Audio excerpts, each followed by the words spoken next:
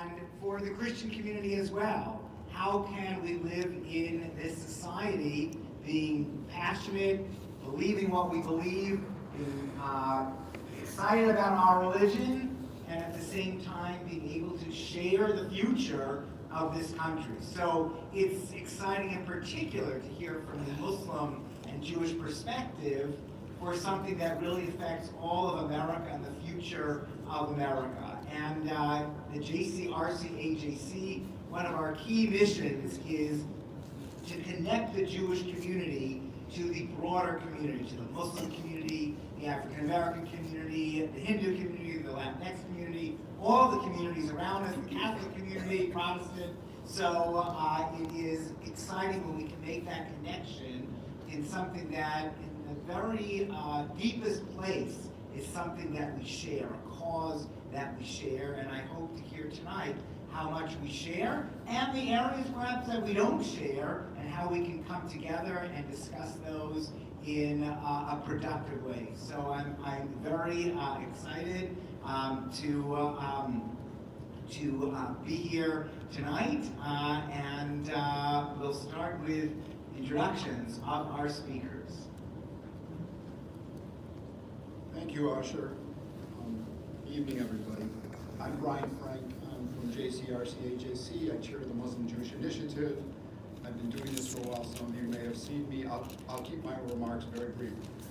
I do want to thank two people. I want to thank the clergy and staff of Beth for hosting us.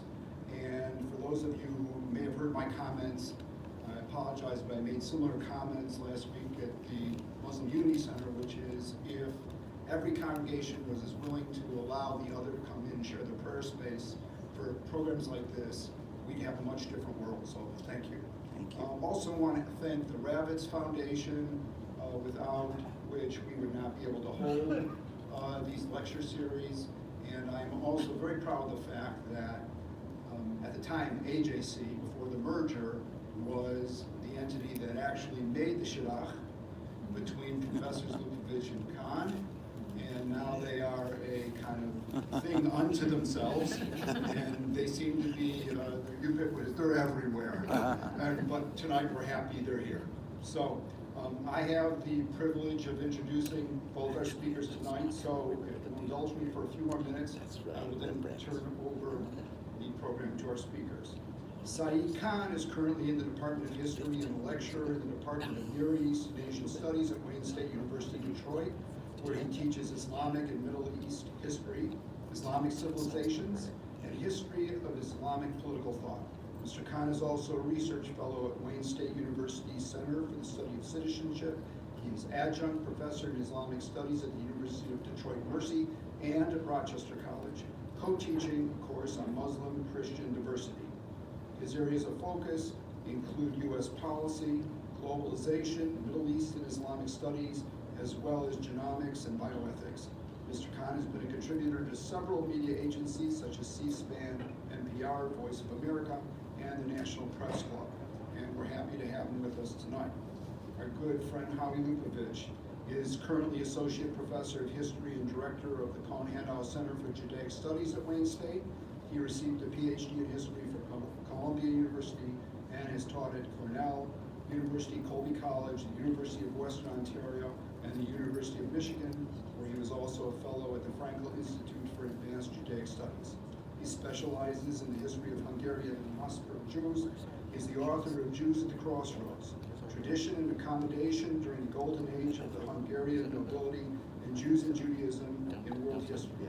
He is currently completing a history of the Jews of Budapest and a history of the Neo-Log movement, and is researching a biography of the young Theodore Herzl. It is my pleasure to call upon Professor Saeed and Khan, in whichever order they have flipped the coin, to determine who goes first.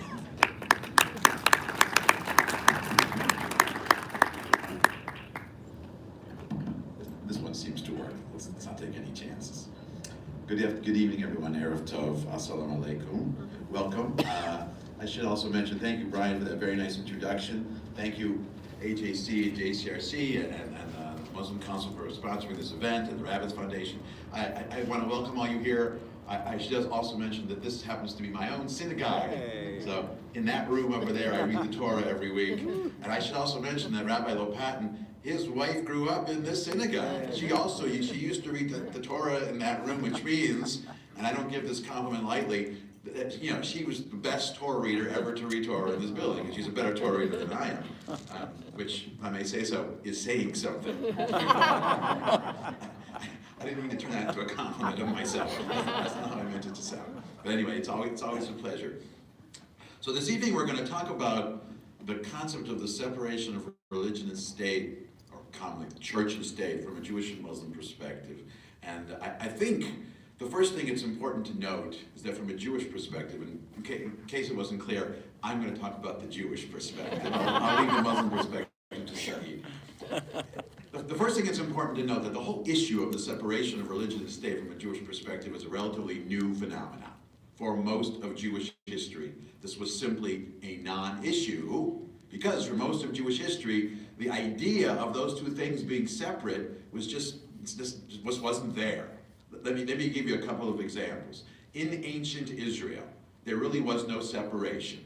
In ancient Israel, religious acts had political significance, and political acts had religious significance. So for example, there's the story in the book of Samuel about King David extending the borders of his kingdom, which is a military conquest, which doesn't necessarily fall in the realm of religion or theology, but because he extended the borders to those borders that were prophesied in the Bible, that extending the borders took on theological significance. And we can play that game with pretty much everything that happens in the Bible. Or to put it another way, using modern terms, in ancient Israel, there was no difference between heresy, which we now regard as a theological crime, and treason, which is a political crime. In the Bible, those two things are indistinguishable. They're the same thing. Now, this lack of a separation between religion and state is something in Jewish history which carried through all the way until about 200 years ago. Really until the modern era, and more specifically here, until Jews became citizens of the countries in which they lived.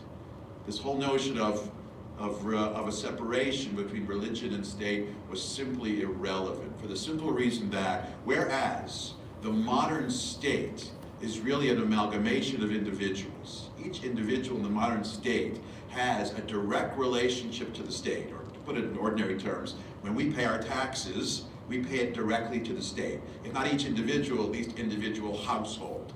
That's what defines the modern state. But in the pre-modern state, the pre-modern state was not an amalgamation of individuals, but rather an amalgamation of groups. There were different groups in society, each of which had a distinct set of rights and obligations, and each of which had a distinct relationship to the state. And Jews no less. So there were nobles, and there were peasants, and there were townsfolk, and there were guilds, and there was the clergy, and there were Jews. Jews in the pre-modern world lived as separate corporate communities. They had a distinct set of rights and obligations. And when a Jewish community paid its taxes, they didn't pay it as individuals, but the Jewish community paid one lump sum tax together, because that's how they were defined. Now, one of the consequences of this is that Judaism in the pre-modern world, being Jewish life was something all-encompassing, and Jewish law, halakha, defined and regulated all facets of Jewish life, even those aspects of Jewish life which today we would not regard as being specifically religious. So obviously, Jewish law and custom defined prayer and the Sabbath and the holidays. That's okay. Dietary laws, keeping kosher. But Jewish law also defined things like marriage and divorce. It defined education, which now is not something that we see as being specifically religious. And so the transition from the pre-modern to the modern is the transition from a situation where everything Jews did, all facets of Jewish life, were defined seamlessly within the corpus of Jewish law and custom, but in the modern world, a line was drawn between those aspects of Jewish life which are specifically religious and those aspects are not. And in some cases it was clear, like I said, prayer, the synagogue. What happens in the synagogue, as long as the synagogue and its members are law-abiding citizens, is of no concern to the state. The state has no business in the modern world saying whether for this we do our prayers in particular order, or follow this custom, or read a whole Torah reading, or just a third each week. The state has no business. That is a specifically religious thing, and it's out of the purview of the state. Other aspects of Jewish life are now beyond the Jewish community. There are things that are now regulated. I would think the most striking is probably politics. How a Jew votes. There might be pressure within the Jewish community, but that's a right that exists apart from the Jewish community. But there are aspects of Jewish life, and this is where the story I think gets interesting. This is what I really want to talk to you about, where the difference between whether this is something specifically Jewish or not is murky, and it really comes from that same list of things which in the pre-modern world were civic matters, civic affairs, which were defined in religious terms. And there's two I want to focus on in particular. One is marriage and divorce, and the other is education. Because I think with regard to both, this is where Judaism and the Jewish community has had to very carefully navigate the boundary between religion and state. So let me take them one at a time. Each one I think will illustrate something. Now, there has been for centuries a particular Jewish ritual of marriage, which is not only a religious ritual, but was always also legally binding within the Jewish community. For a long time, there was no such thing as civil marriage. Really until the 20th century, or maybe in some places in Europe, the late 19th century. If a Jew wanted to marry outside the Jewish community, if you wanted to intermarry, that person was required to convert and leave the Jewish community. There was no such thing as simply intermarrying and staying part of the Jewish community, because there was no such thing as civil marriage. Marriage was conducted in the Jewish community as a legally binding religious ritual, as was divorce. But with the advent of civil marriage, and especially civil divorce, this posed an interesting problem for the Jewish community and its leaders. I mean, if you think about it, what does it mean to be married? In the pre-modern world, if Jews wanted to get married, they would get a marriage contract, a ketubah, and typically it would be the groom and the bride's father would sign this ketubah, and that became the marriage contract. But in the modern world, in the last 100, 150 years, in addition to that ketubah, to the Jewish marriage contract, you also need a marriage license. So you have to do both. And if you think about it, the whole way of getting married is you need to do it both within the Jewish community and beyond the Jewish community. Similarly with divorce, when Jews get divorced, you need a civil divorce, but you also have to have a religious document known as a get, the writ of divorce, and you need both. And it's really with respect to the latter, divorce, where that line between religion and state, it gets a little bit complicated and it gets a little bit messy for the following reason. Because the Jewish notion of marriage, as I mentioned, was because it wasn't a contractual relationship between bride and groom as much as it was a contractual relationship between groom and bride's father, or whatever man was responsible for her. Traditionally, it also meant that because the bride or the wife had not participated in that contract, she could not initiate a divorce. Only the husband could initiate a divorce. Now, thankfully, that's an old custom. Thankfully, by the time we get to the 19th and 20th century, the Jewish community, the rabbis, they found ways to, if not to remove that, change that situation entirely, at least to soften it a bit. But the simple fact is, for a Jewish divorce to be complete, you have to follow not only the procedures of getting a civil divorce, but also the procedures of getting a religious divorce, of getting a get. And there have been cases where, the toughest case from a Jewish perspective with regard to divorce is when the wife wants a divorce, but the husband refuses to give it to her. Strictly speaking, according to Jewish law, the wife really has no recourse there. Now, the Jewish community can force the husband to issue a divorce. They can pressure him. But ultimately, it's the husband who has to initiate the divorce proceeding. And so there are situations where you have married couples who get a civil divorce, which doesn't have that imbalance. You get a civil divorce, but you can't get the religious divorce. The most difficult situation is a situation where the woman, because she can't get a divorce and the husband is still alive, she's not a widow, but she can't remarry. She can't remarry, and the term for this, the Jewish term for this is the agunah. Igun is an anchor, so agunah, this means the anchored woman. The woman who is hopelessly anchored to her husband, either because he's refusing to give her a get. In some cases, in some more dramatic cases, if a husband disappeared, but there was no proof that he was dead, then, according to the original Jewish divorce contract, she would be stuck forever. That's the tragic situation of the anchored woman. Although, in the 20th century, a clause was added to many marriage contracts, a retroactive clause letting her out of that. But the real problem here is, what do you have when you have a recalcitrant husband? What do you do with that? And the question in the Jewish community is, can you resort to civil courts to make that husband give his wife a religious divorce? You see where that is crossing the line between religion and state. And where this came up in civil court, it was something that would come up from time to time. It was difficult to assert because of the separation, because the state or a civil court didn't want to intrude in the religious affairs. That seemed to be a violation of the separation of church and state. But there was a case in New York. This is known as the New York State Get Law. This is known as DRL, Domestic Relations Law 253.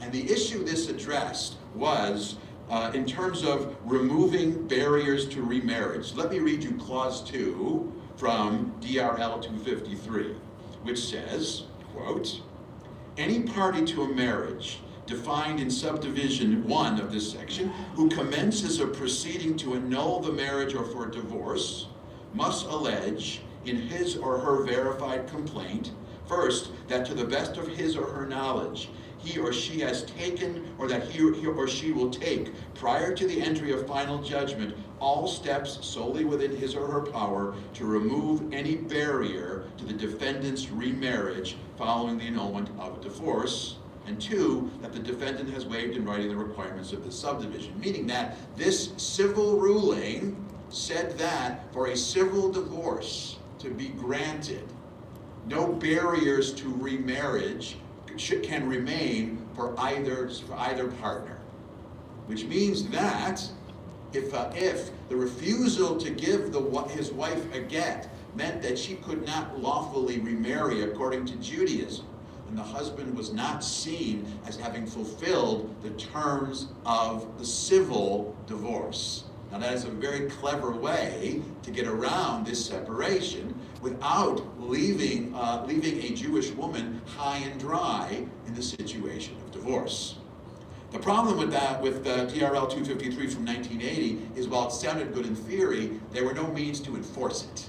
And so 12 years later, we have another state law, another New York ruling, 236D from 1992, which, I won't read this one, it's a little bit more elaborate, which in addition to saying you can't obstruct you have to remove all the barriers for remarriage, it also gave the judge the right to impose monetary sanctions on a recalcitrant husband. This is a judge in a civil court who was given the right basically to say to a recalcitrant husband, if you won't give your wife a get, a Jewish writ of divorce, this can affect, the judge can take that into account when he distributes property, when he imposes a division of assets. It gave real teeth to it.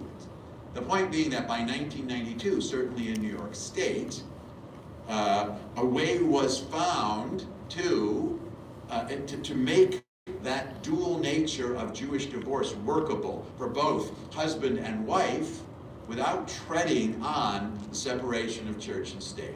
Now, to me, I see that it's not only it's an ingenious way of getting around it, but you can see it illustrates for our purposes here the difficulty when you have an aspect of Judaism which for centuries was treated as a religious ritual, but in the modern world has been transformed into something civic. How do you deal with it as a Jewish community?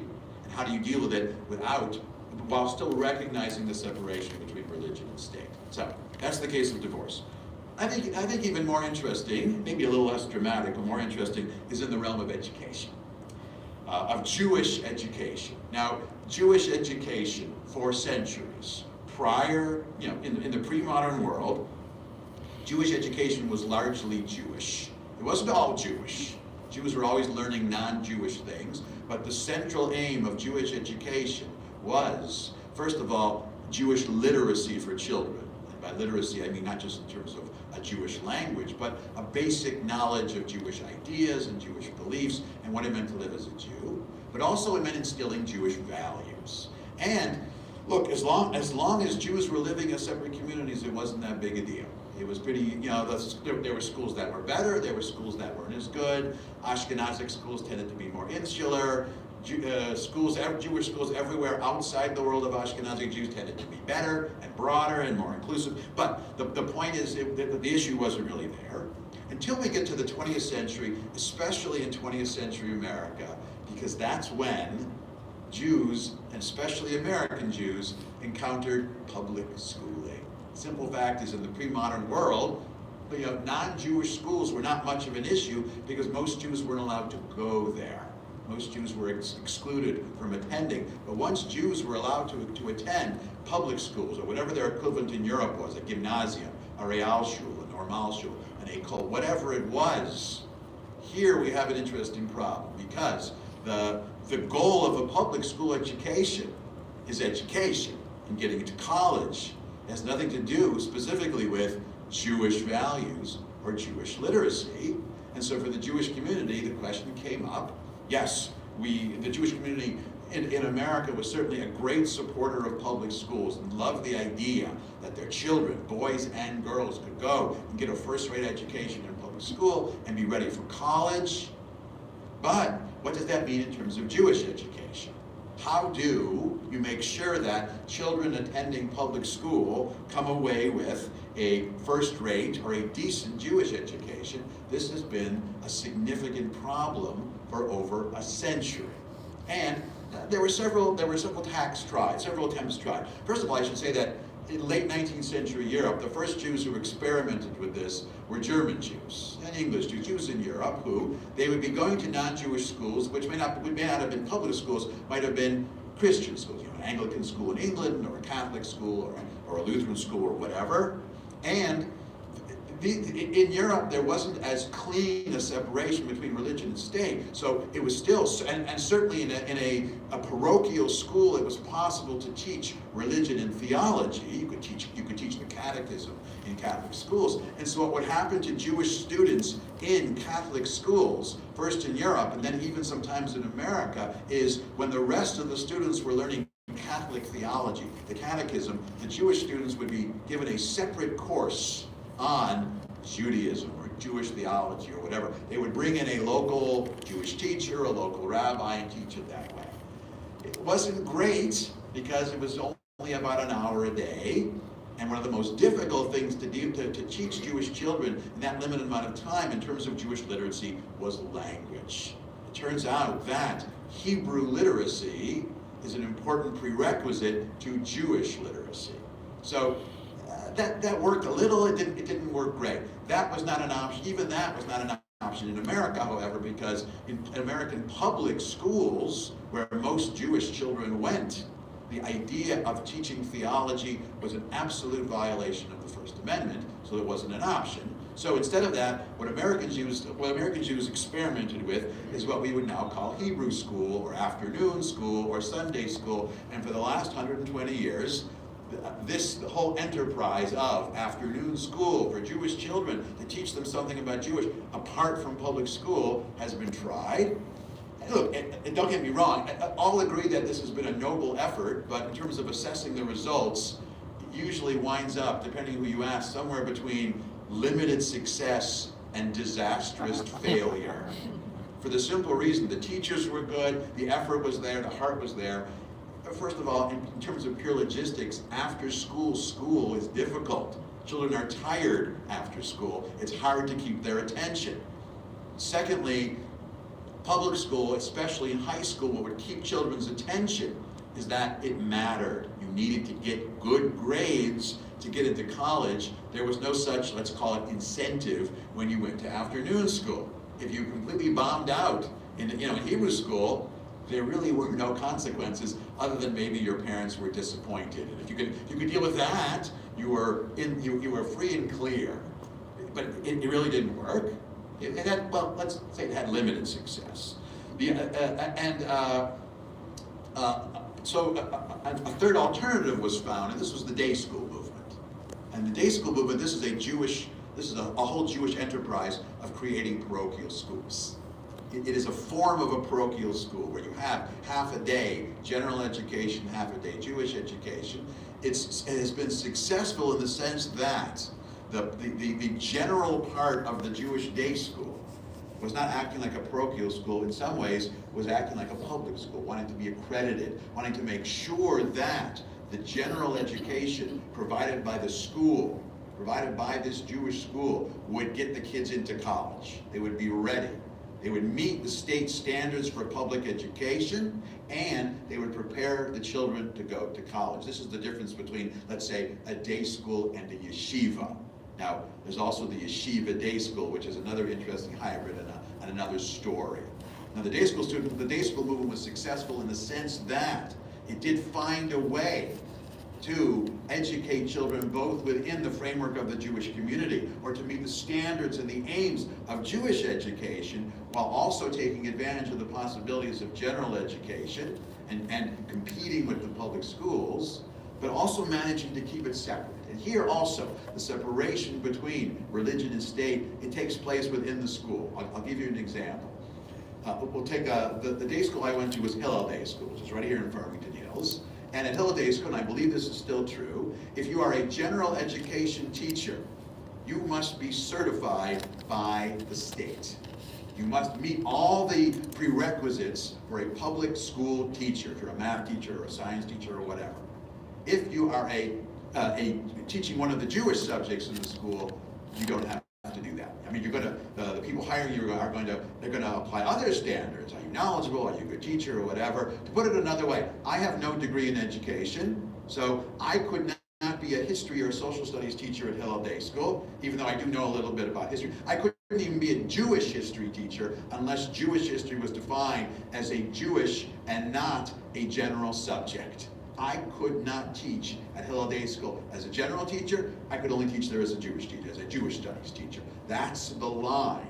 That's the line that was drawn. And a similar line was also drawn on another level in academic Jewish studies programs on college university campuses. Now, the whole phenomenon of Jewish studies in the United States is relatively new. Really, until the 1940s or the 1950s, there was very little in the way of Jewish studies on campuses. There would be a course in Hebrew here and a course in Bible there. You know, the only two universities, and really until I think 1950, that had shares in Jewish studies, one was Harvard and one was Columbia, and that was it.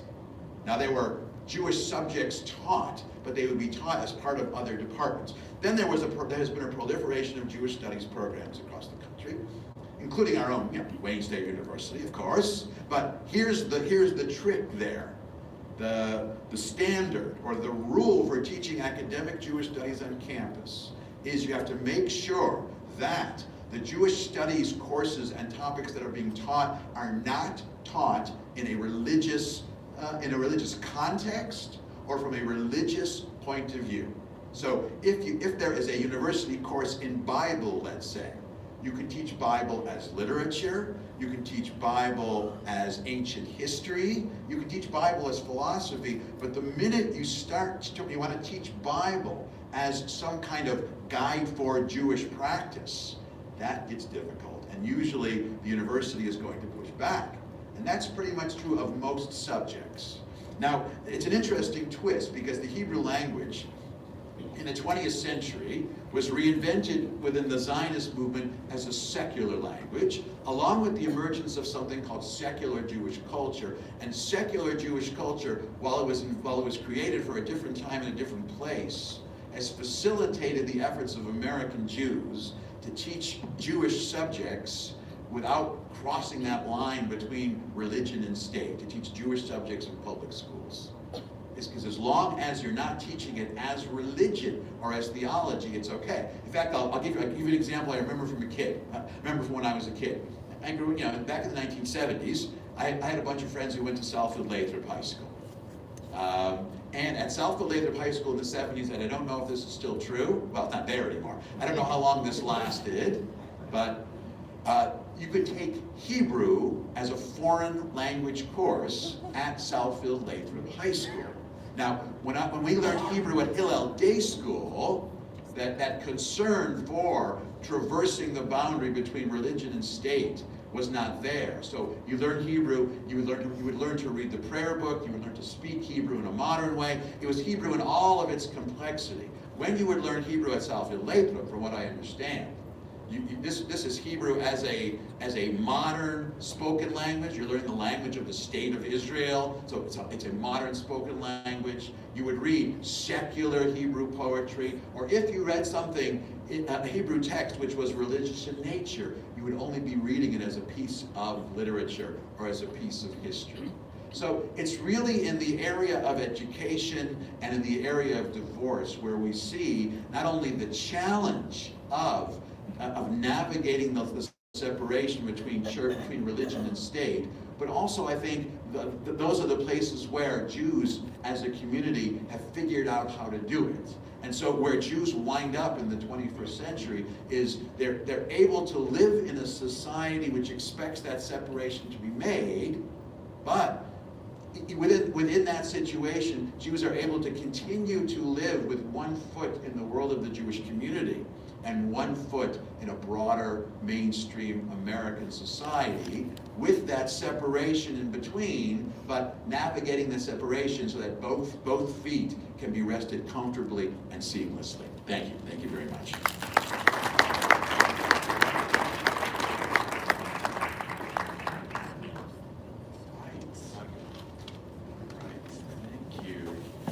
Shalom Aleichem, Salam Alaikum. Thank you all for being here tonight. I think we've got similar numbers from last time, so thank you. I was a little bit worried. I don't know if some of you heard in the news today that the state of Utah, the state legislature unanimously voted to decriminalize polygamy. So any of you who thought you saw a mass caravan of Muslims heading west on 94, you're mistaken. That didn't happen. I want to extend my thanks to AJC and to MMCC as well as to the Ravitz Foundation, and also to remind you, as Rabbi Sam has asked me to do, fill in your note cards for any Q&A that you have later. Hearing Howie talking about Islamic education and Islamic schools, wow, talk about a deja vu. You could literally go ahead and simply do a find and replace the word Jewish for Muslim, and it would explain to you the entire history and trajectory of Islamic education today, when it comes to the impetus for doing so, when it comes to the minefield of how to then reconcile between hell and Harvard, because if you flunk out of one, well, you don't get into Harvard. If you flunk out of the other, well, you know where you're going. And in many ways, again, it's yet another example of how these are parallel trajectories when it comes to the Jewish experience and the Muslim experience here in the United States. I'd like to go ahead and follow a similar trajectory to what Howie has provided you so eloquently today regarding these tensions of church and state. And this is going to come as a bit of a shock to particularly some members of the Muslim audience, but for those of you who know me, well, this probably won't be as much on the defibrillator as some of the others. I'm reminded of, on campus, the challenges of teaching Muslim history, not Islamic history. because it's the history of Muslim, not the history of Islam's. The only people who say that are people on Fox News. You know, are you one of those Islams? I'm like, yeah, I'm all of them. The good news is when I try to always preface in my classes according to Islamic tradition as this kind of mantra, because I then presume that not only is not everyone in the classroom a Muslim, but even there is some variation to the Muslim interpretations of it. Well, the good news is that by providing that preface, people then understand it's not a course in theology. The bad news is all of the Muslim students think I'm an atheist because of the fact that I don't presume that this history is unqualified with the fact that you have to say that, well, everyone doesn't believe in this history as a theological history. So it's kind of like going from being a heroin addict to being a methadone addict. I guess you have to live in both of those worlds, as Woody Allen would say in Annie Hall. For Muslims, this concept of the secular, like Jews, is a fairly recent phenomenon, only in the definition of what is secularity as we understand it today. The secular in modern Western history has a history. For those of you who are familiar, it comes exactly out of the tension between religious and state authority and power. And Western Europe particularly had a rather painful and a malevolent engagement, shall we say, with this issue. Particularly in the year 1517, when a priest finally said he'd had enough with what he saw as the contradictions and the hypocrisies of it, and decided to air his grievances in a kind of pre-Festivus Festivus, with 95 of his chief complaints on the door to his church in Wittenberg. This, of course, was Martin Luther, who I read recently was only 5'4". And so there was this article, I won't tell you where, BuzzFeed, on all of the people who then may have had a Napoleonic complex before Napoleon.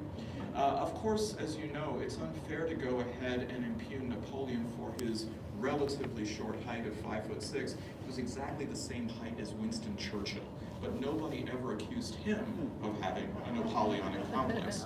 Maybe Napoleon had a Churchill complex. Historically speaking, though, going back to some of the earliest periods of Muslim history, actually from the time right after the death of the Prophet, peace and blessings be upon him, Muslim political power has actually been quite secular. And let me go ahead and unpack that. If you take a look at the leading authority within the Muslim political constellation, it is the caliph, the temporal authority on earth. The vicegerent of God on earth, but also the leader of the believers.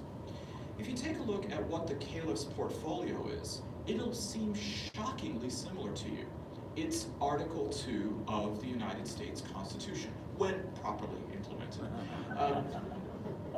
He is the head of the executive branch, not the chief law enforcement officer, but the head of the executive branch. What he is not is also the chief legislative authority, and the caliph is also not the chief judicial authority. The legislative elements of Islam were invested in the ulama, the group of legal scholars.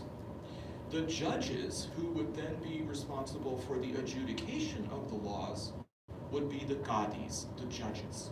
It would therefore be up to the caliph to enforce the law. Now, a caliph could be very well versed in, maybe even certified in a particular element of law, but if he was wearing his caliph's hat or turban, that would be his responsibility. And so in many ways what you find is that according to what we understand as a separation of powers when it comes to the Constitution, that existed within the earliest inception of the way that the political schema was established in Islam. Now, at the same time, if you were to take a look at any Muslim society, and particularly one that was part of the burgeoning Muslim empire from the 7th century on, you would not be in any level of confusion that you were, in fact, in a Muslim-dominated state. The legal system, like with Jewish societies, would be dominated by Islamic law. But at the same time, it's important to recognize that what reinforced the Islamic law was Islamic culture. That was, in fact, the zeitgeist in which this legal system was then implemented, applied, and enforced, just like every other legal system at the time and henceforth until the modern era. But Islamic societies also then recognized a form of secularity that should extend to religious minorities. And as we talked about last week, the Ottoman Empire particularly had this mechanism in place known as the millet system. Each religious minority community was given plenipotentiary power, in fact was deputized on behalf of the Sultan to have full sway over that element of law which was intimate to, personal to each religious community. That included that community's authority to go ahead and appoint and designate who was their respective leader.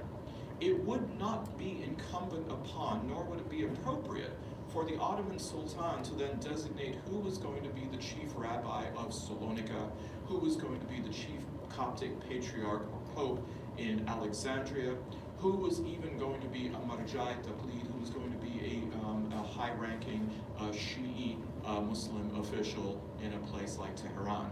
Those were then all incumbent upon each religious community, whether interfaith or intrafaith, to make that decision. It would also then be up to each community to decide the parameters of liturgical law, to decide and determine the parameters of observance, holidays, festivals. I mean, for a community that still has its challenges of deciding what day Eid is out of 3 different days, it probably would behoove Jews and Christians to decide when their religious holidays are. Otherwise, you might need a 20-sided dice. When you realize that when it comes to marriage, divorce, adoption, custody, inheritance, succession, those aspects which we define as personal or family law, those are which are intimate to a community, its interpersonal relations and engagement, then that is fully given and bestowed to each religious community. Now, if there are disputes that occur between a community member and a member of a different community, say it takes it into the realm of commercial law or criminal law, well then you have the superstructure of the Ottoman system in which these matters would be adjudicated. What changes? What happens?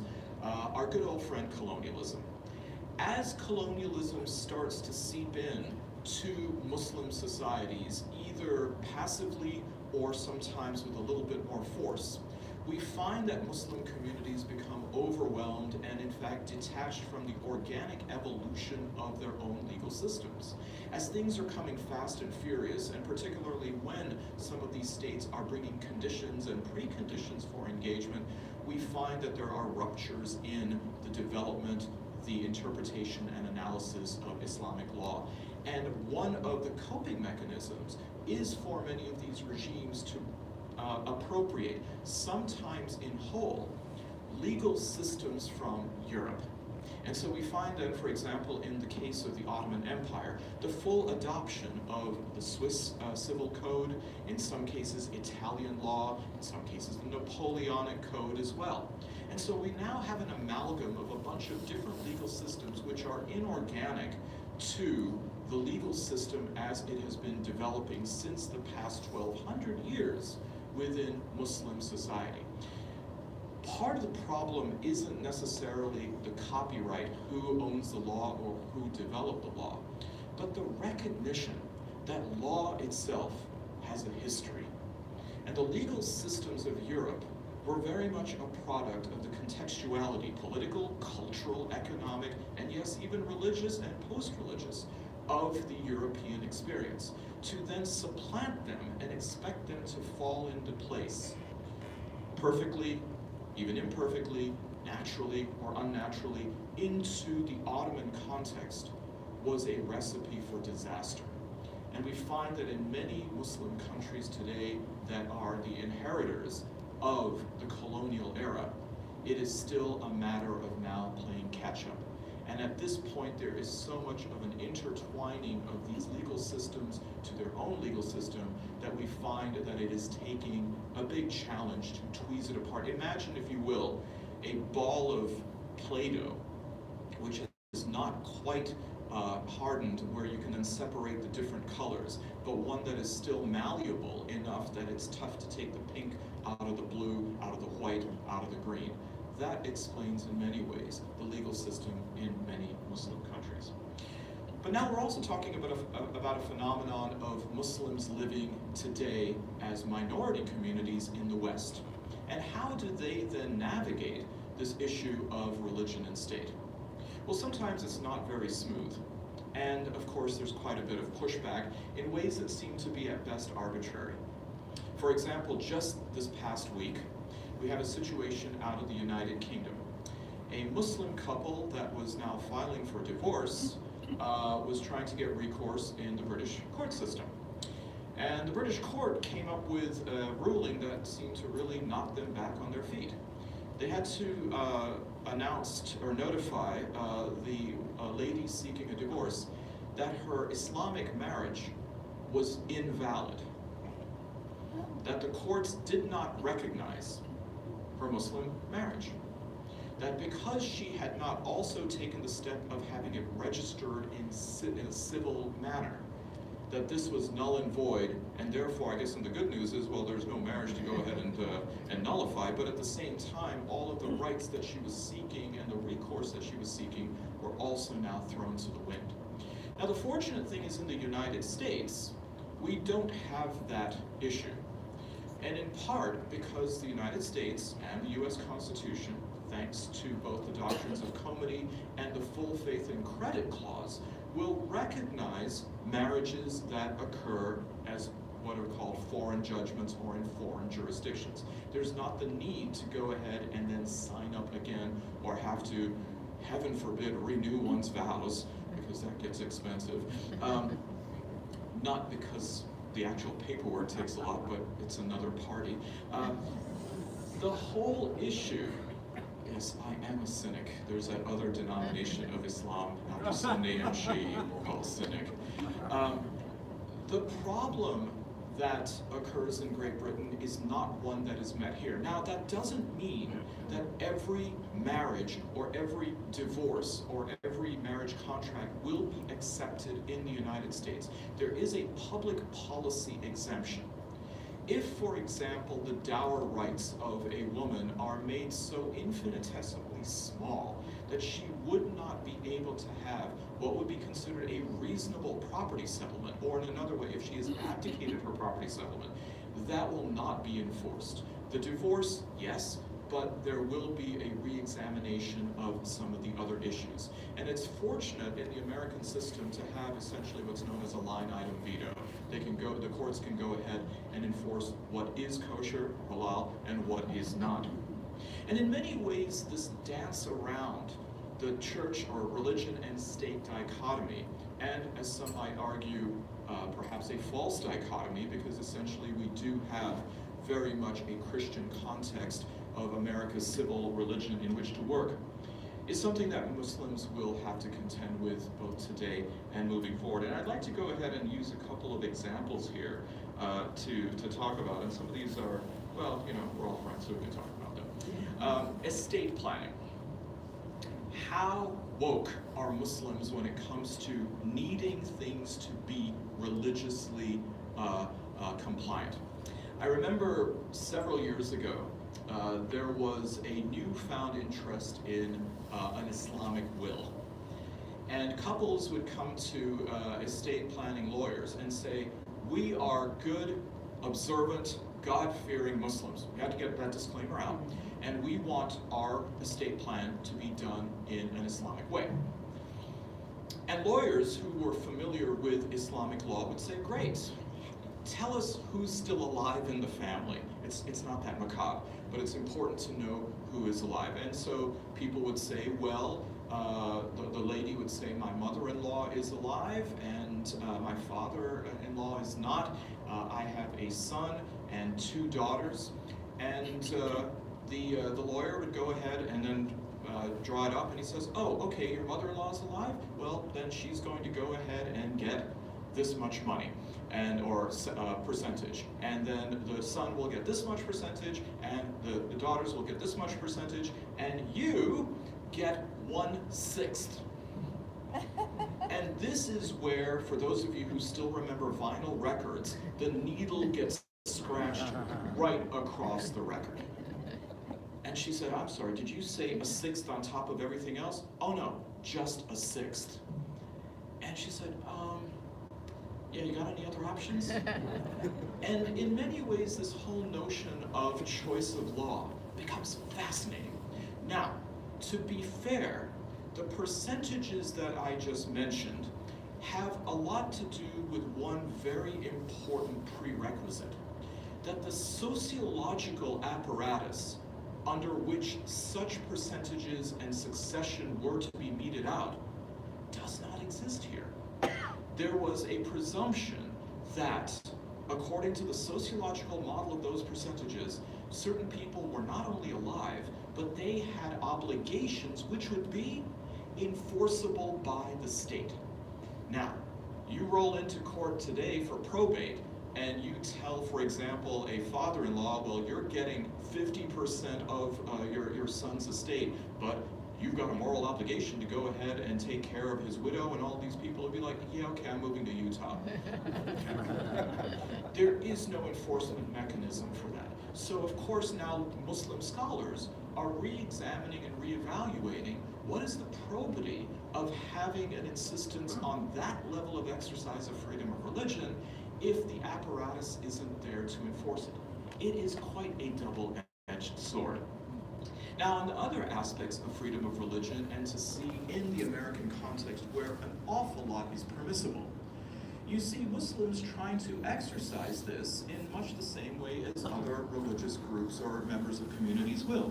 And you hear some of these examples. For example, one example is the Uber driver in Minneapolis who refuses to go ahead and allow a passenger to be on board who is carrying a six-pack to a party or a bottle of wine, saying that this is against my religion.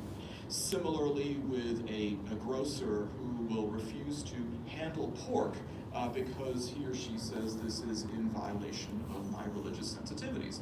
Now, the vast majority of Muslim scholars will go ahead and say that such an injunction is really too much.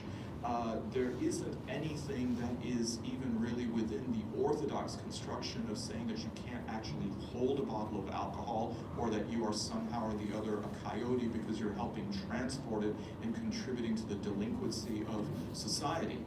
But again, when you have the notion of the freedom of religion and someone who has a sincerely held belief to that interpretation, there is no enforcement mechanism. There is, thankfully, no dial of fatwa commission in Washington, D.C. where you're going to get a fast answer. And even if you did, there's nobody who's going to be able to enforce that. And in many ways, when one takes a look then at this relationship of freedom of religion, Muslim Americans are quite understanding then of how America's civil religion and how the Constitution works. And perhaps there's no better explanation or illustration of this than on the issue of same-sex marriage. Now, as many of you know, in 2015, after the landmark Obergefell versus Hodges case, same-sex marriage became legalized in the United States.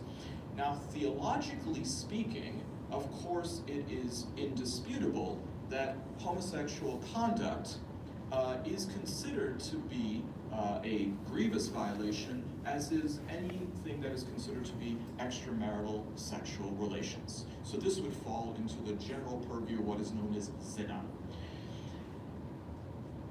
According to the Public Religion Research Institute's 2017 American Values Atlas, sorry for the long title,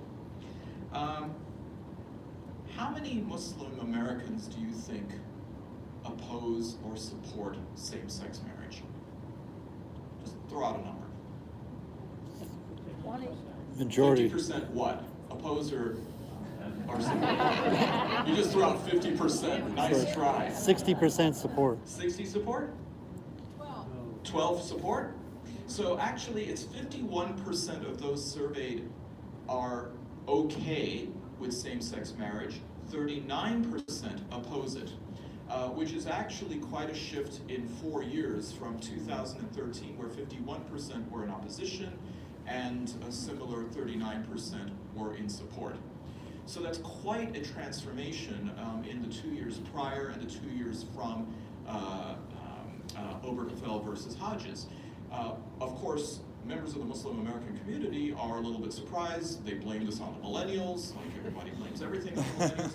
But I think it's important to recognize that one interpretation isn't that Muslims all of a sudden became lax or woke or progressive in the moment, but a more sophisticated understanding of what and how is marriage defined in the modern era. In the past, marriage was essentially a contract between a man and a woman, and perhaps families. The state was not involved. If there was going to be a divorce, by and large, these matters were handled within the private sphere. It didn't involve the state. There was no issue about what box you fill off on the IRS 1040 form under the Umayyad dynasty or the Abbasid dynasties. It was non-existent. Marriage in the modern era, though, has that third party, not the mother-in-law, but the state. And because of economic reasons and all, this contract then has become a lot more amorphous and determined by the state. So if the state is now sanctioning same-sex marriage, the state is essentially saying we are broadening with whom this contract can occur. And as a result of it, we find that there is an understanding. It may not be something that is settling for many Muslim Americans on a personal or private level, but an understanding about how the American civil process works, even when it comes to an issue of marriage. Now, what's fascinating about this also is the same survey said that 59% of Muslim Americans oppose any situation where people will use their religious belief to deny services to another individual. And that is just 1 percentage point off from the national average, which is 60% who oppose. The greatest number who actually support the invocation of religious services as a way, or religious belief to deny services to somebody is in the evangelical Christian community. I think the same poll said that 70% or 71% of the Jewish American community oppose being able to use religious belief as a justification to go ahead and deprive services. Why? Because Muslims recognize that just as easily people can make the excuse to say we won't serve a Muslim because it is against our religious belief. So the notion then about civic and civil engagement is very much something that perhaps Muslims have woken up to. And the final thing that I'd like to talk about regarding this notion of freedom of religion is how within an intra-religious capacity there is quite a bit of diversity as to whether or not Muslims can and should invoke the right of religious freedom in order to justify their practices. And here in Michigan, of course, we have been privy recently to the issue of female circumcision, otherwise known as female genital mutilation by some, and how this was being negotiated by the Muslim American community. There is a subgroup of Muslims known as the Bohras. And the Bohras represent 1 million worldwide of a total Muslim population of 1.8 billion. And so you don't have to take out your calculator. I can tell you right now that is 0.18% of all Muslims. So 0.18 hundredths of a percentage, less than 0.2, so less than milk. Now, according to the Bohras, their religious leader, their da'i, says that female circumcision is in fact something that should occur. This practice is predominantly a cultural one that one finds particularly in Africa, but it would be dishonest to say that it does not exist within the larger constellation of Islam. And it would also be erroneous to then deprive the da'i of his authority to go ahead and make these pronouncements, because after all, Islam is decentralized in that capacity, and there is some room for somebody to make such a decision. But when this case was going down in Michigan, where there was the prosecution of a doctor who was serving to invite people from other parts of the United States, particularly Minnesota, to come to Detroit and to have the procedure done, the Bora community then was going to make the argument, even taking it all the way up to the US Supreme Court if need be. And interestingly enough, Alan Dershowitz said that he would represent the Bora community along the constitutional issue, to say that to deny the community from being able to do this would be a First Amendment violation of the Free Exercise Clause. The other Muslim organizations that are non-Bora signed and submitted amicus curiae briefs, or briefs in support of saying this is not a legitimate exercise of Islam. And so we find that even within the community, there was quite a debate regarding this issue and the merits of whether the free exercise of religion should be invoked. And of course, one finds it really ironic that despite the fact that we have the separation of religion and state, and the fact that we have Muslim Americans living as a minority community, somewhere between 1 to 2.5% of the total population, the determination about what was going to be considered Islamically appropriate was going to be determined by 9 people sitting on the US Supreme Court. And that, in many ways, illustrates the dilemmas, the challenges, and the parameters of how Muslims then negotiate religion and state in the United States.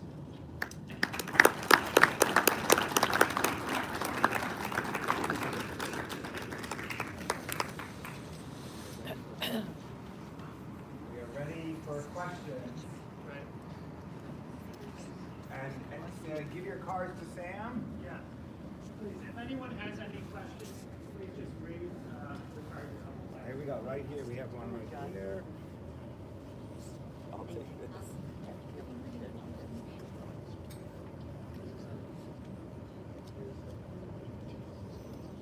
What's that?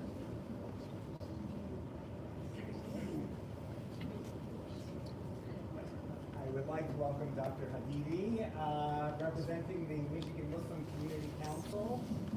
Right before our questions, why don't you just thank you.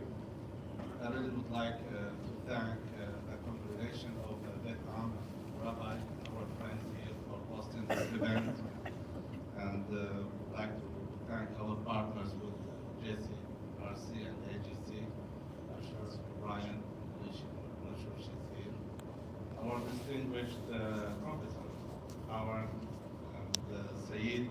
Actually, every time I attend these lectures, I realize how similar and close our beliefs and practices are, and the similarities in our challenges and opportunities. And hence the title of the lecture is Shared Future, shared past and shared future. There's a lot to learn from each other, and after listening to the lectures, it's amazing how integrated these challenges. Thank you again, everybody, and we appreciate it.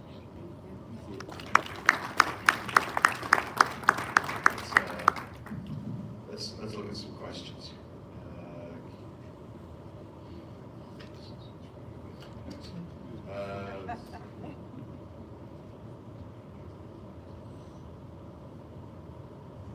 Here's a question about conversion to Judaism. The question is, can anyone convert to Judaism? If not, then why not? The answer is very simple: yes, anyone can convert to Judaism. Now, it's not that simple.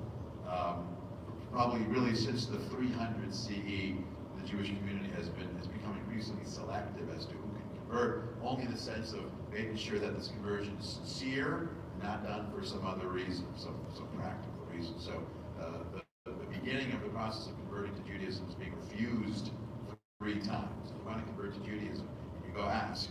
You are going to be refused 3 times. And this isn't a pro forma refusal. This is refusal. No, you may not. Well, and this is to make sure that the person who wants to convert really wants to convert. If you ever saw the show Sex and the City, acted it out beautifully when Charlotte tried to convert to Judaism. It was refused. She was aghast. And then she finally said, oh, they're just playing hard to get. Play hard to get. But the point is, that really no one is exempt. As long as you demonstrate the sincerity to convert, and you follow the procedure, which is quite rigorous in terms of learning and embracing the commitment to be Jewish, then you can do it. Israeli law. Wow, you know, last week I told the story of a former student of mine who converted, or who was interested in converting, and he said, you know, I want to convert. And I told him no 3 times. I mean, what a quasi-Jewish way of doing things. So this is a question about something that was mentioned in the President's State of the Union address recently, and that is his commitment to bring prayer back to school. I assume you mean public school. So how should Muslim and Jewish communities react to prayer in school enactment? Well, you know, in 1962, I thought this was resolved by a case called Wallace v. Jaffrey, which had to do with prayer in school in Alabama. No jokes, it's too easy. What was interesting is that a lot of Muslims thought this was a landmark Muslim-involved case. The name Jaffrey, Wallace, of course, being George Wallace, the governor of Alabama, not a Muslim to the best of my knowledge. Not Jewish either. Everyone's disavowing Wallace. Yeah, Jaffrey actually wasn't Muslim. In fact, he was a-religious. He just had a problem when he heard that his daughter was being subjected to being forced to perform or pray and take part in this. Look, the First Amendment is supposed to be not just freedom of religion, but it seems freedom from religion. And this has been an issue that has been bandied about in U.S. constitutional law for quite some time, whether there should be a moment of silence which then allows everyone to not have to invoke the Lord's Prayer, but basically sit there silently. It doesn't take long to recognize, though, that there really is no silence, and there really is no ecumenical immunity that's going on here. There is a stigmatization.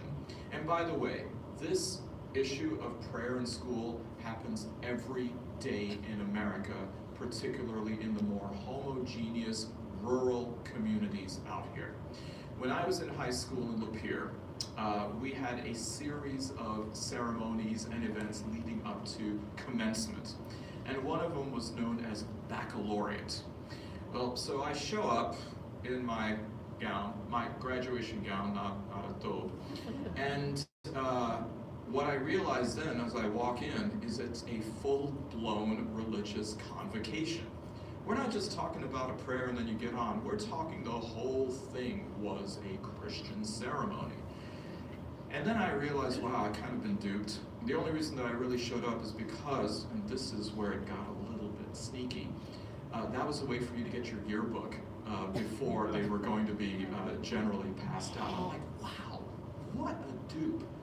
But I did it, didn't file a lawsuit, didn't really think that I wanted to be who was already the outlier, making waves. And that is a realization that I think a lot of Jewish and a lot of Muslim students have every day. In fact, there was a case that dealt with this called Levy-Weitzman in Rhode Island, about the idea that people were pushing the envelope and going ahead and taking, pardon the pun, liberties with going ahead and praying in school. My advice would be perhaps to remind people that there is still such a thing as a First Amendment, which actually leaves that space out. If somebody wanted to go ahead and pray, they don't necessarily have to do so during the daylight hours or sanctioned by the school.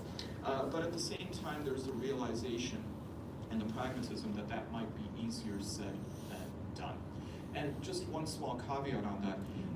It particularly becomes a challenge when we find Muslim students who are asking for an accommodation for prayer during the school day because of the fact that the way that the school day is structured, there may be the possibility of one, maybe even two of the afternoon prayers that need to be performed on school grounds. But that, of course, is quite different. That is simply looking for a dispensation for a room, or when the weather is okay, going into the car and being able to go ahead and perform that. That is generally considered to be a subtle yet important distinction than suing or seeking full recognition of their religious rights. And I would add also that, I mean, yes, there clearly is the First Amendment, but the bottom line is, this is a Christian country, and even in public schools that respect different religions, it's still a Christian calendar. I mean, I know no public schools that have school on Christmas Day. Christmas is part of a larger vacation called winter vacation, which used to be called Christmas vacation. When I was in high school, in my high school French class, around in December, we learned a bunch of Christmas carols, as you know, as a bunch of French Christmas carols. We all sang them together. Of course, we did, we did dreidel in French too. It sort of throws that bone. But the bottom line is, Christian students don't have to ask special permission to school. And if you are a Jewish student in a public school who observes Jewish holidays, well, in the fall, you're missing 7 days of school in the space of 3 or 4 weeks. And it's not just being allowed to miss school, it's being allowed to miss school without penalty. If you miss a test, and I do remember when I was a student at the University of Michigan, and I think this is no fault of the instructor. I just think he wasn't aware. He was from a part of the world where they just weren't to be Jews, where Thursday and Friday were the first 2 days of Passover, where I didn't go to class, and he taught something on Thursday, and he reviewed it on Friday, and I walked into class on Monday, and there was a test on something I had never seen before. Tell me it was about Passover. That would have been so great if it would have been about Passover, but it was about matrices, which is part of mathematics or calculus that I can honestly say I've managed to not learn from that point until this point. But the point being is, if you are not Christian and you go to public schools, there is a reality there. You explain to our children, look, we are choosing to observe these holidays, and the reality is, even though this is a public school, this is a public school in a country which, though not officially Christian, it's the culture of, it's a Christian culture. It's designed that way in certain ways. A separate story is, this is one of the reasons why Hanukkah is so popular in this country, and more popular than it ever was in a European country, is because it coincides with Christmas, and it's commercialized the way Christmas is. But that's the rhythm of the country in that way. So it is something similar. It's your Are there any chartered schools owned and operated by the Jewish community? I assume by Jewish charter schools you mean Jewish parochial schools that are receiving state support. Technically, it's not really supposed to happen, but as I mentioned, money from the state is tricky for a Jewish school, because as soon as you invite state funding, you also invite state regulation, so it's a trade-off. So there are Jewish day schools that, for their general studies, will allow state regulation, and they can receive in a limited and very specific way some state funding, although I know this is very, very specific, and I have to admit, I'm not an expert on this, so the larger question is not funding, the larger question is standards and regulations. But the fact of the matter is, there are Jewish high schools that they want the students to be ready to take the AP test, and so they want to be a place where the SAT is offered, and that involves allowing regulators from beyond the school to come in.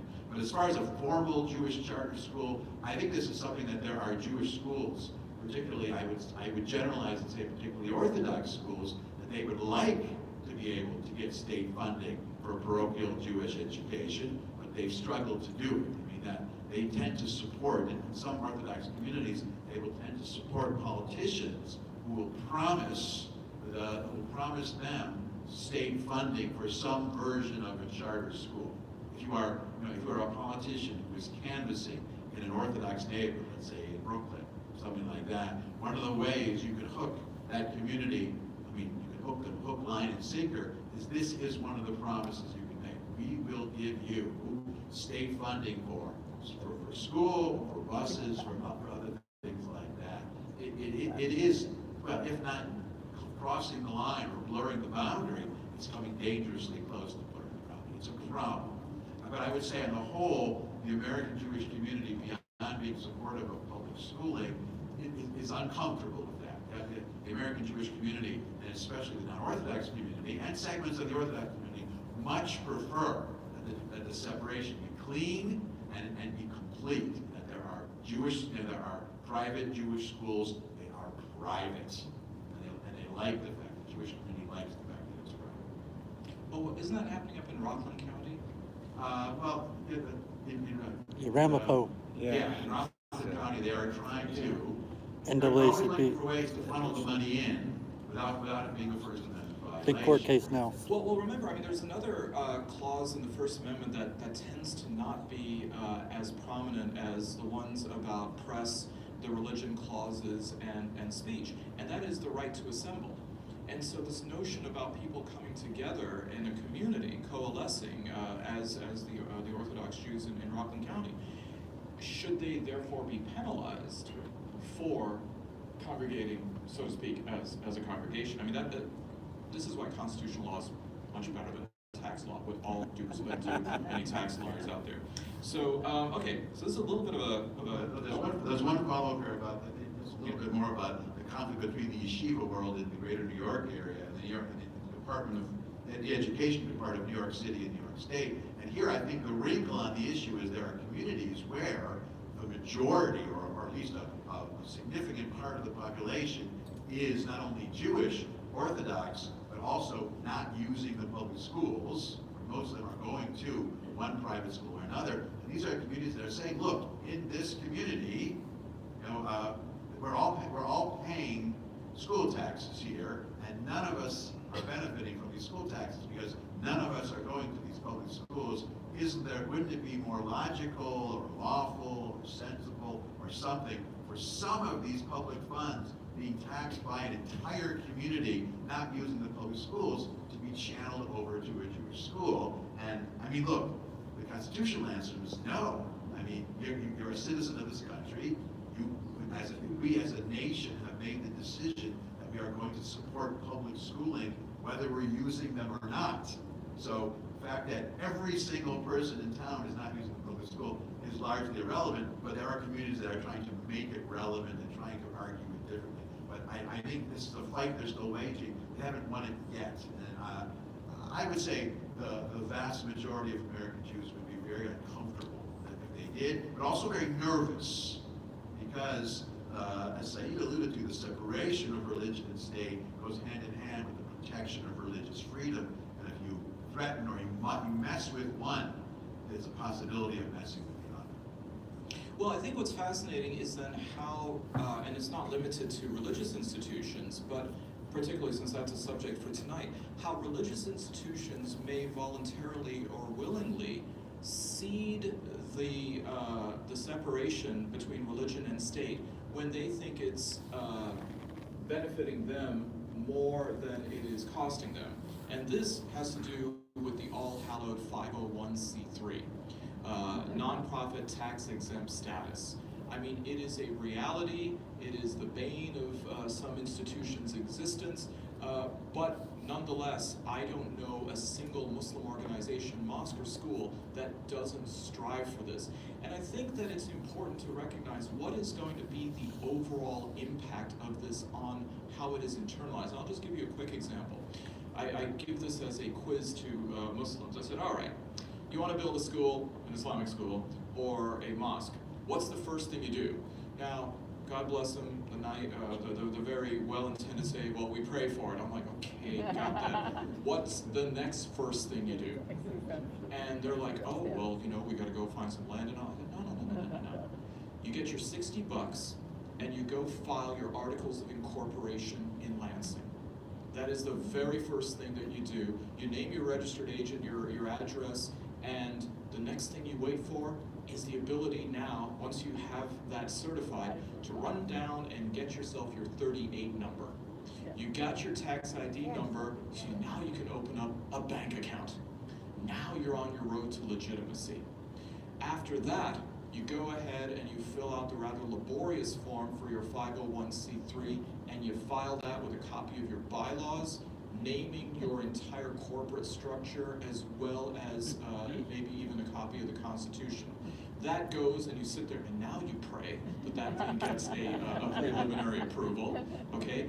Now that you've got all of that, now you can go to the community and you can start raising funds. And once you've done that, you can then also go ahead and buy a piece of property, and then you can go get started.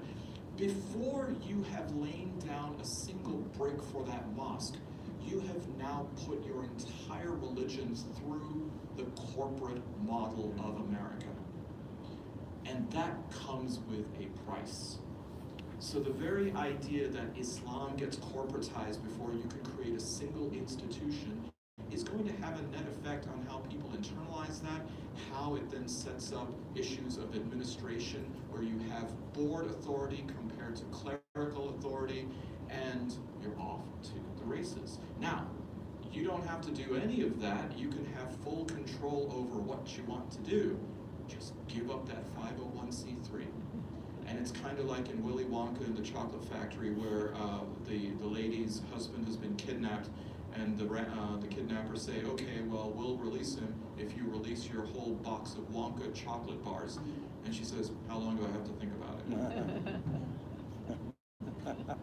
Okay.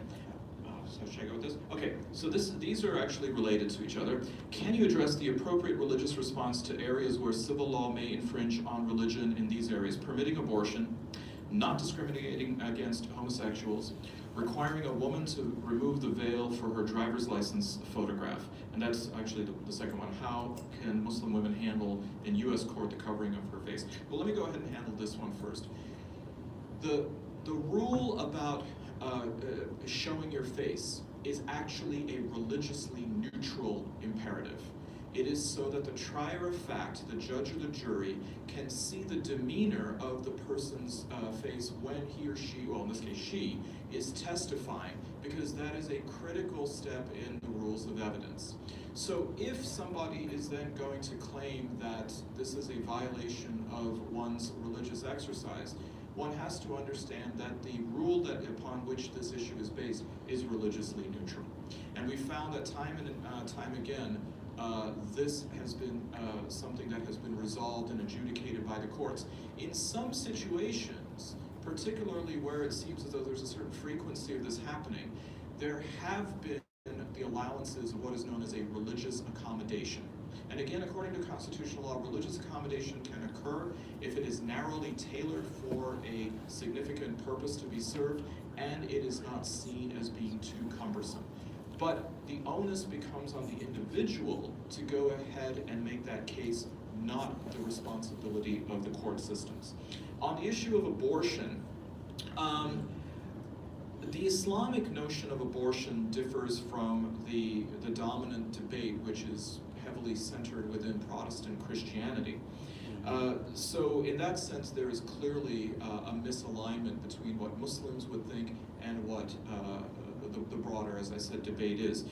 Within this, Muslims would probably incline more toward, if they had to choose, the architecture of Roe versus Wade, and then if they had to, they would operate within that structure. And in this situation, again, because there's no religious enforcement mechanism, it would be upon them to make the decision about at what trimester it would be permissible or not. Generally speaking, within Islamic law, and please if there's a scholar here who can embellish it, it's 120 days, provided that ethically it is being done so not as a form of birth control, but because there is either a threat to life to the mother or to the fetus.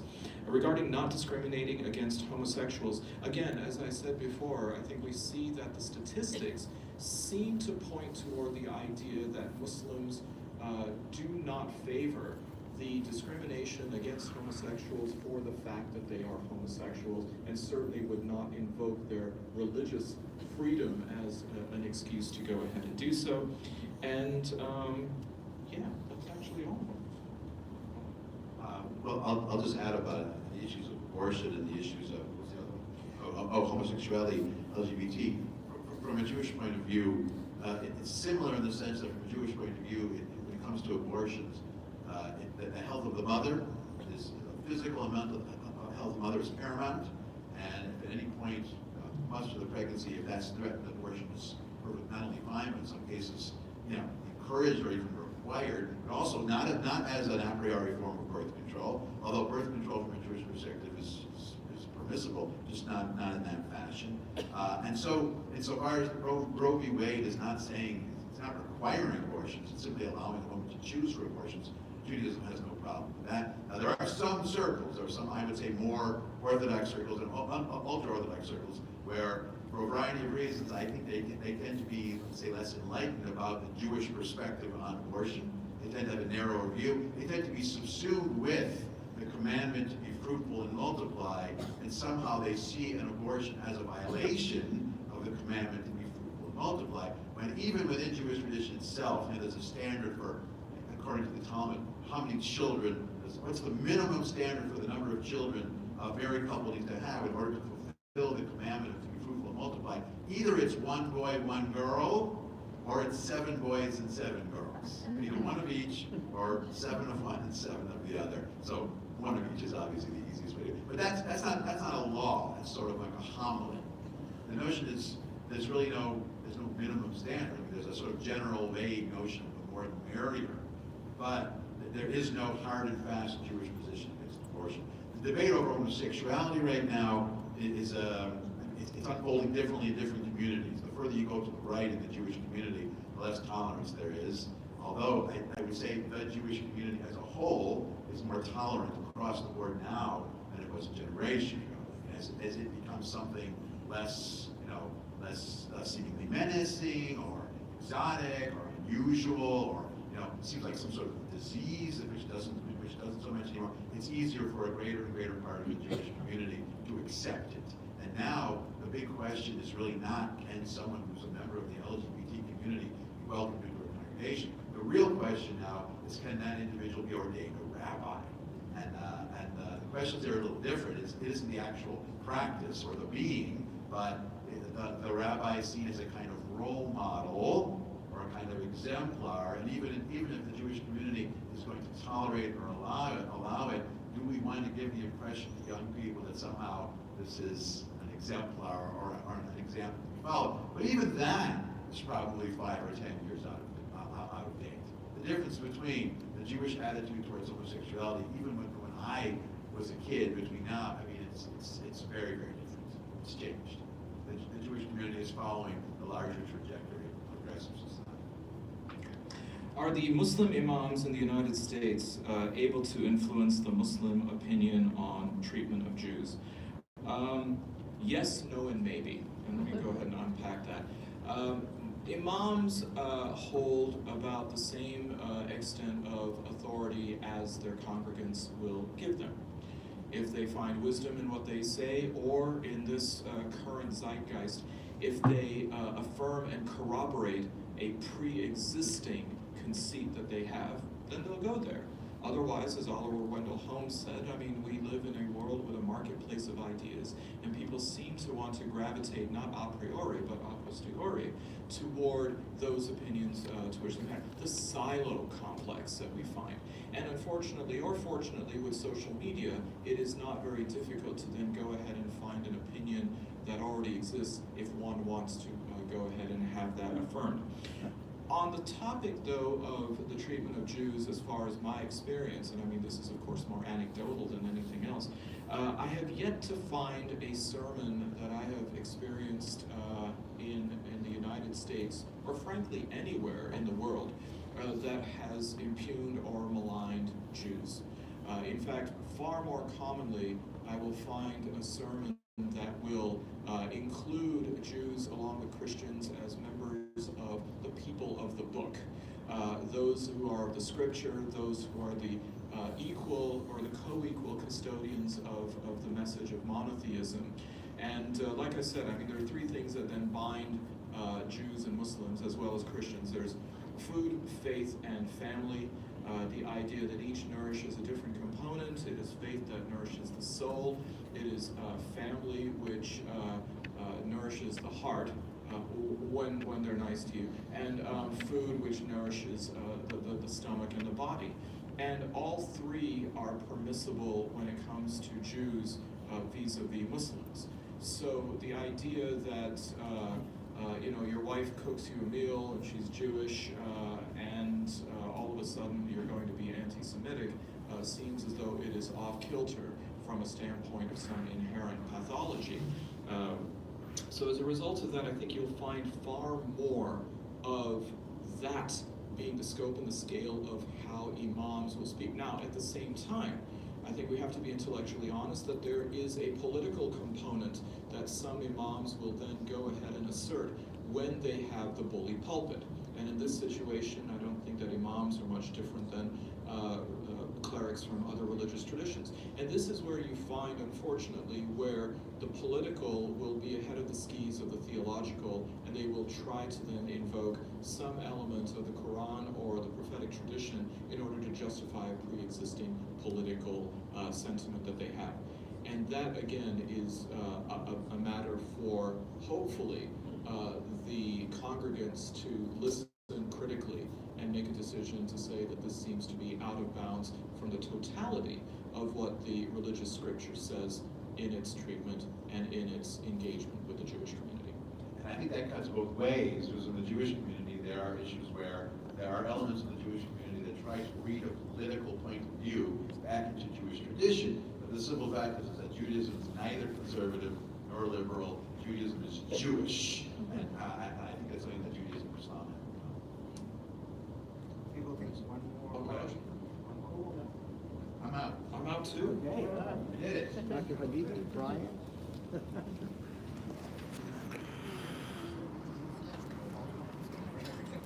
Okay, thanks for tuning in. I'll give the closing words here. So, yes, let's give one more hand to Saeed and Holly. Fascinating, lots of things to think about.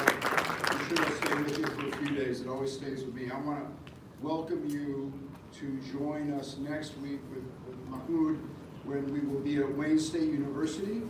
And the topic is one that I've been particularly interested in hearing, and I'm kind of glad we saved this to last, which is attitudes toward the First Amendment. Thanks for tuning in. To constructive debate and civil discourse.